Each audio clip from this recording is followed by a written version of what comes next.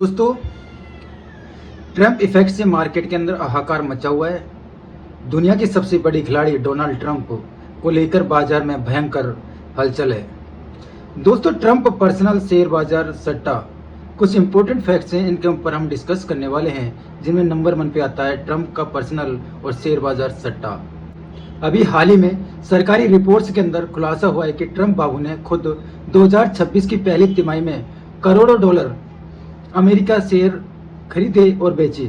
लगभग 3,642 ट्रेडर्स निविदा, Apple, Amazon में जमकर बाइंग सेलिंग हुई।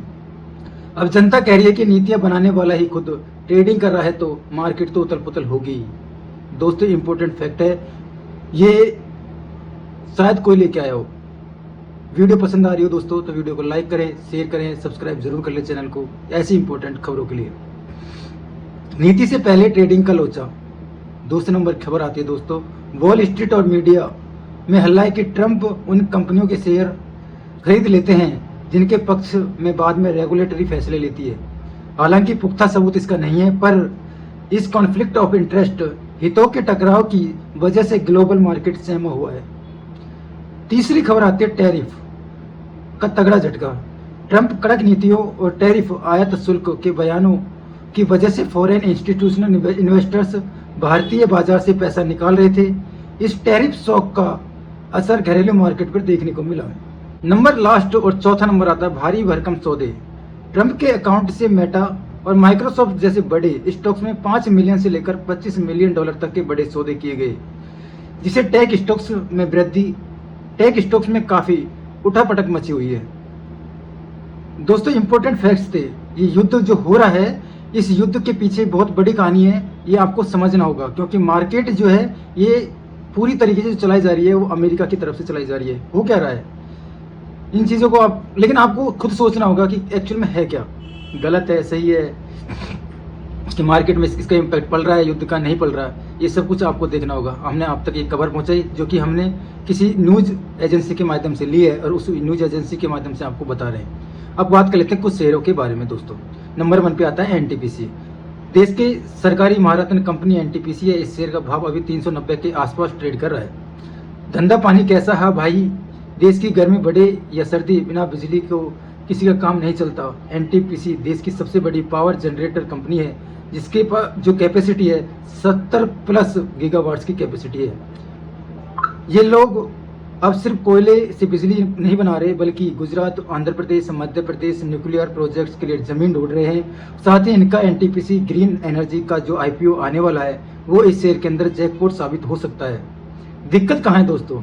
हालिया तिमाही के नतीजों में इनकी शेयर्स में थोड़ी सी यानी 0.56% की गिरावट देखी गई है, जो पिछले 3 साल में पहली बार हुआ है। कोयले के दाम ऊपर नीचे होने से इनके मार्जिन में थोड़ा दबाव आता है। टारगेट और ब्रोकर्स फर्म की जो राय है, बड़े बड़े ब्रोकर्स जैसे कि नुवामा इस पर लट्टू हुए हैं और इसके अंदर बाइंग बोल रहे हैं। शॉर्ट टर्म जिसका टारगेट दिया है 420 का से लेकर 450, लॉन्ग टर्म इसके अंदर 600 रुपये जाने का यह शेयर दम रखता है। अगला आता है आरबीएनएल यानी रेल विकास निगम लिमिटेड। प्रॉफिट में लग गई ब्रेक। रेलवे का यह शेयर इस समय सबसे ज़्यादा चर्चाओं में, क्योंकि कल ही इसके Q4 के नतीजे आए और भाई साहब प्रॉफिट का डिब्बा पटरी से उतर गया। शेयर का भाव अभी 262 के आसपास चल रहा है। नतीजों ने हमको सबको शॉक किया है। आरबीएनएल का नेट प्रॉफिट सालाना के आधार पर 59% से गिरकर 187 करोड़ रह गया। पिछले इसी साल इसी तिमाही में 455 करोड़ था। मुनाफे आधे से भी कम हो गया। काम तो है, दाम नहीं मिल रहा। मजे की बात यह है कि कंपनी का रेवेन्यू 4% बढ़ा यानी 6,696 करोड़, यानी काम तो दबाकर मिल रहा है, लेकिन लागत खर्च इतनी बढ़ गई है कि मुनाफा ही खा गई। इनका EBITDA मार्जिन 6.8% से घटकर सिर्फ 4% रह गया। इसका एक्चुअल में चार्ट क्या कहता है? टेक्निकल गुरु का कहना है कि यह शेयर पिछले कई हफ्तों से लगातार गिर रहा है। 442 के हाई से करीब 40% साफ हो चुका है। जब तक 310 के ऊपर नहीं जाता तब तक इसमें तेजी आना मुश्किल है। इसके अंदर क्या करें? 0.71 रुपये का छोटा सा डिविडेंड भी इस कंपनी ने घोषित किया है। लॉन्ग टर्म 3 से 5 साल के लिए शेयर बुरा नहीं है, क्योंकि रेलवे का कायाकल्प हो रहा है। लेकिन अभी एक साथ सारा पैसा मत लगा, फंसाना टुकड़ों टुकड़ों में लेना ही समझदारी होगी। दोस्तों, अगला आता है IRFC, Indian railway finance corporation, railway का फाइनेंसर, रेलवे की कोई भी कंपनी हो जैसे RVNL या इरकॉन पटरी बिछाएगी या बोगी खरीदेगी तो पैसा कौन देगा? आपने अपनी जो IRFC है इसका भाव अभी 185 के आसपास ट्रेड कर रहा है।